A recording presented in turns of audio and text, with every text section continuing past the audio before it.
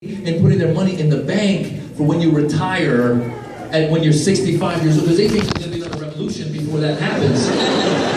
No, a lot of it, like I told my mom I had a 401k, she thought it was a new Mercedes-Benz. She was like, oh, did you lease it? Oh, fantastic. What color did you get? I might get it in black or something. I told her what it was, and it was a retirement. It goes, you put your money in the bank for when you're 65?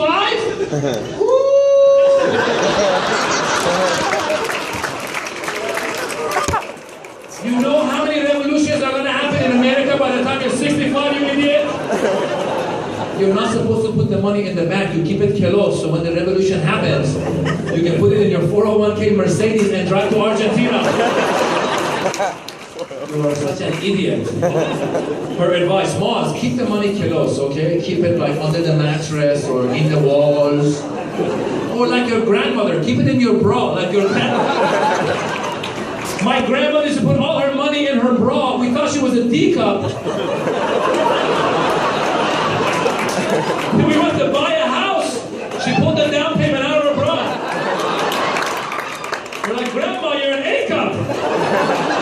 Shit, your grandpa! Where's Grandma? Grandma! Where are you? A lot of immigrants, they come to this country, they don't understand because America has a lot of rules and regulations. Like, for example, rating systems for movies and stuff. The PG, PG-13, G, all that. Immigrants don't understand that at all.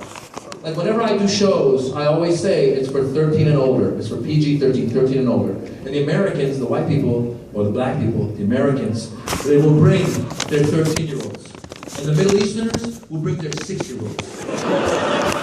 And I saw the dude, I go, excuse me, what part of PG-13 you bring a 6-year-old? I go, there's going to be cussing. He goes, Maz, don't worry, I cuss at him all the time. That's why I bring him, so you guys can cuss at him too.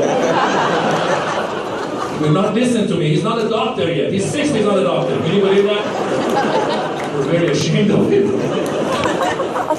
Immigrant parents don't understand. I don't care, Iranian, Kuwaiti, Mexican, Guatemala. I don't care where you're from. Immigrant parents, China. Immigrant parents don't know what rating systems are. I learned that firsthand. When I was a kid, I came to America, I was 6 years old. My parents had no idea what PG, parental guidance, PG, they didn't know what that meant. Parental guidance, they thought that meant that you get to drop your kid off at the movie theater. And the movie gives your kid parental guidance for 2 hours while you go buy chandeliers and furs. My parents had no idea that what a great country. The movie watches the kid, you go, it's fantastic. I was 8 years old, they dropped me off at The Exorcist. They thought it was a movie about exercising. They came to get me, I was freaking out, I was like, ah! My dad turned to my mom, these pussies are scared of exercise.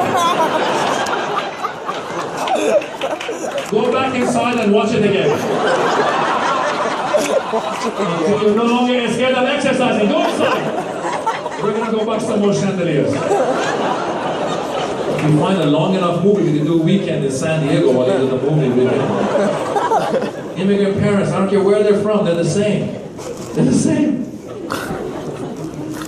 It's also a generational thing, by the way, okay? Because I got my own kids now, and I realize, like, now we spend time with kids. Like, back in the day, I don't care where you're from, but back in the day, parents did not spend quality time.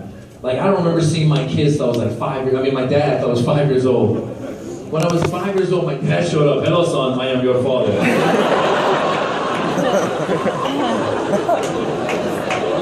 Where have you been? Next door for 5 years. I finally decided to say hello to you. Go get me a drink, See you 5 more years, I'll see you again. Now I have a 5-year-old boy, 3-year-old girl. Where's the people with kids here? Who's got kids? Yeah. Whole different world. Now you gotta spend time with them. Oh my God, and you love your kids, but they're the most exhausting people in the world. Yeah, how old, who's class here? Yeah, how old are you guys kids? How old? 10, 7, and 8. That's cool. 10, 7, and 8. Does that mean you like the 8-year-old least of all? That is not cool. I will not tell. Is it a boy or a girl, the 8-year-old? Boy, I'm not going to tell him that that's how it came out tonight. 10, 7, and 8. I was going to bring him so you could cuss at him, but he didn't. What's your name? What's your name? Riaz. Where are you from? Afghanistan. Next door. Are you also? Afghanistan! Our next door neighbors! You guys are tough, by the way. The Afghans are some of the toughest people in the world. Think about it. The Afghans, every like 30, 40 years, you guys fight a superpower. That's it. Think about it. Think about it. Like in 1980, whatever. Russia. Come on, Russia. Come on. Bomb it. Bomb it. Bomb it. Bomb it. There is nothing here. Bomb it. Now there's really nothing here. Okay, fantastic. 20 years later, America. Come on, bomb it. I think China's next. I think China. Real 7, 8, and 10, is that what you said? And what are the boy, girls we got? 2 boys and a girl. And you love your kids, right? But they're the most exhausting people in the world. Yes. Oh my God, I love my kids. But when you have young kids at home, your whole goal from the moment they wake up, your whole goal is to make them tired. From the moment they wake up, you're like, run, run, run. Climb, climb, climb. Fly, you can fly, try to fly.